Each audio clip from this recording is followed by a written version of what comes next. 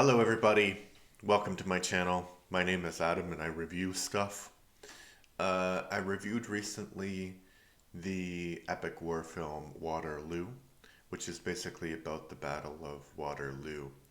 And I realized I left one crucial thing out when I was talking about Napoleon, because I said that Napoleon's record was kind of mixed because he was a dictator, and he indirectly led to the deaths of millions of people, probably, or at least a million, during the Napoleonic Wars.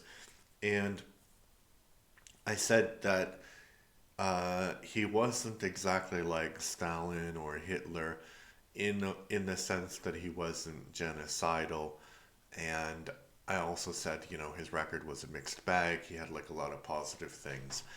But I didn't really mention one thing which should really be mentioned when we're talking about Napoleon, to give you a little bit of context about what kind of person he really was.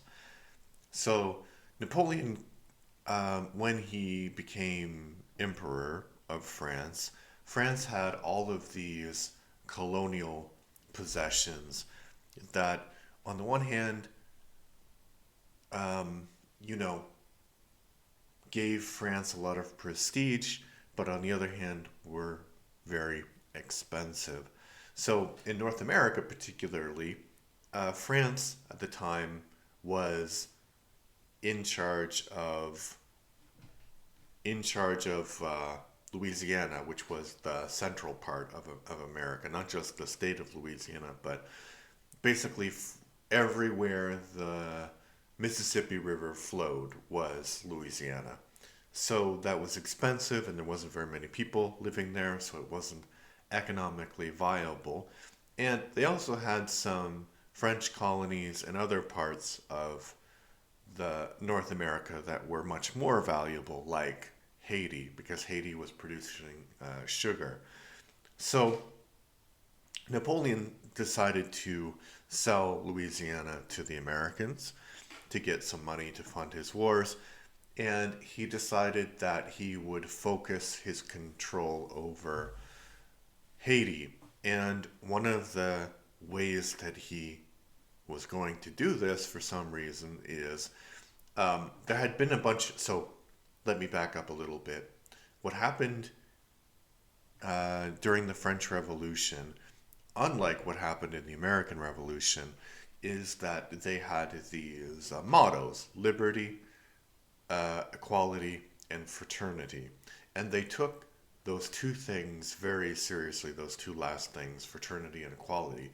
And when the one of the revolutionary governments, I don't know which one, they banned slavery throughout the empire, throughout the French Empire. It wasn't called the empire, but colonies and stuff, so it actually was an empire. But anyway, they banned slavery, and people in Haiti uh, were happy with that because they were slaves and then they were free, or they were, they had some kind of deadlines and stuff. It was a bureaucratic mess.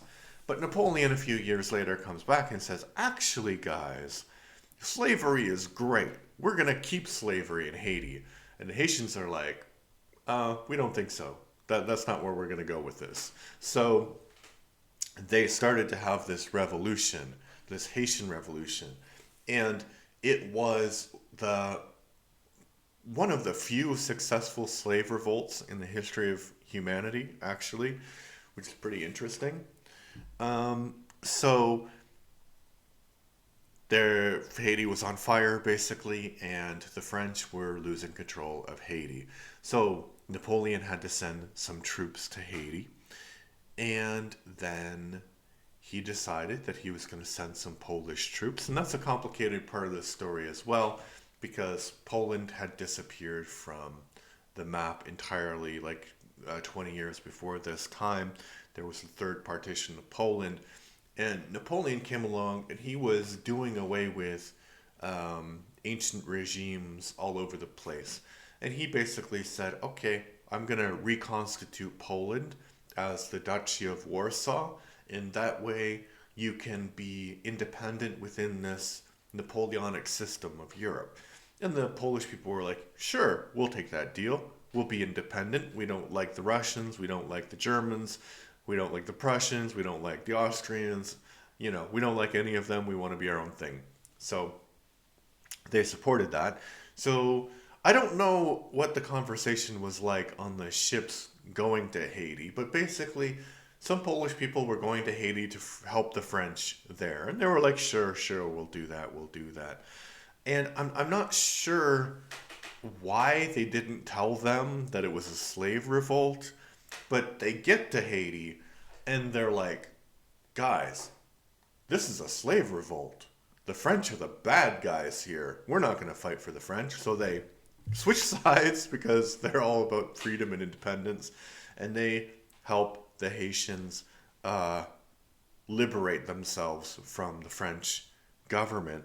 And like it's really really complicated. And if you want to know a very detailed um,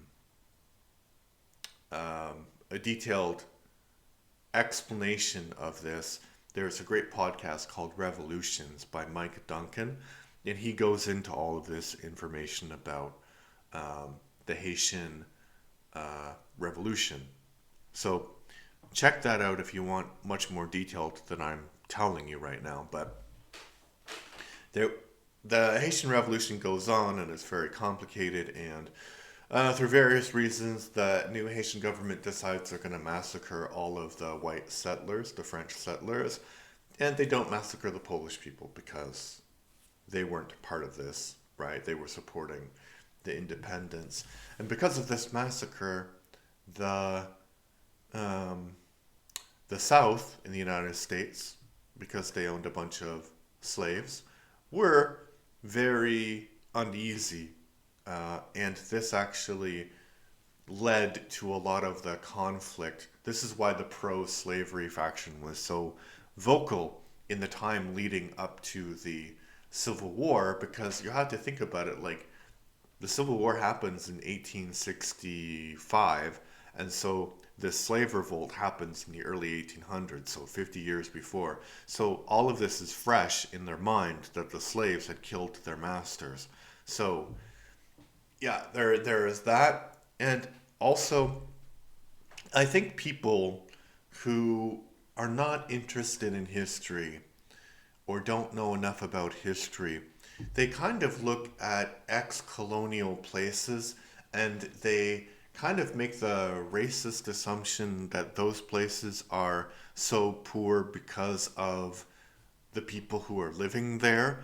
And of course, it's partially true because you always have responsibility for your actions to a certain extent. But I think with Haiti, it's crystal clear that because one of the things was the French agreed to leave, but they were like, oh, you stole our property, and they meant people. You stole our property by freeing them, so you have to like pay back this debt that you have. And the debt was something like 50, and also because of the loss of income because of the sugar and stuff. So the debt was like 60% of their GDP for years, right? Not just after this revolution. I think that they stopped paying it, they finished paying it in like 1990 or something.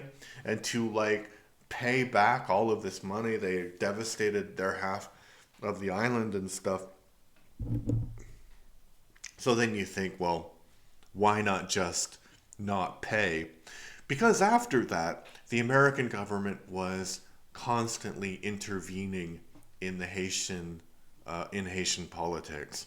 So you moved from like a colonial system to this like post-colonial system, which was still based on exploitation of the people, and then they were forced to exploit their natural environment, which led Haiti to become poorer and poorer and poorer and poorer. So yeah, Napoleon not actually a great guy in history. So I wanted to make that. I wanted to tell you that story to show you that yeah, I know that Napoleon is not like this unambiguously great man, which I may have given you the impression in that review of Waterloo. So, yeah. And it's also kind of interesting how, because we think about there's a Canadian musician called Sarah Harmer, and she has this song. I forget what it's called, the song, but she has a line in one of her songs, which is, "Why do we call it the past when it's never past?" You know? So all of these countries, these post-colonial countries, these so-called, sorry, shitholes, that people say, oh, it's all their fault that that's happening. It's not necessarily entirely their fault, because France continues to have this sort of post-colonial influence in West Africa as well, and look at places like Morocco and the Western Sahara and like the colonial situation in Western Sahara. Um, those people have never been in control of their fate or their destiny. That's another complicated topic, but yeah, life is not as simple as people want you to believe for whatever reason. So, and if they say that it is, it's either they don't know or they don't want you to know. And I think both of those are dangerous, actually. Okay, what do you think? What do you think is the worst thing that Napoleon ever did? I think that the Haitian situation is the worst thing that Napoleon ever did, but maybe he did something worse. So put it in the comments because that's where, in the comment section down below, because that's where comments are supposed to go. All right, thanks. Bye bye.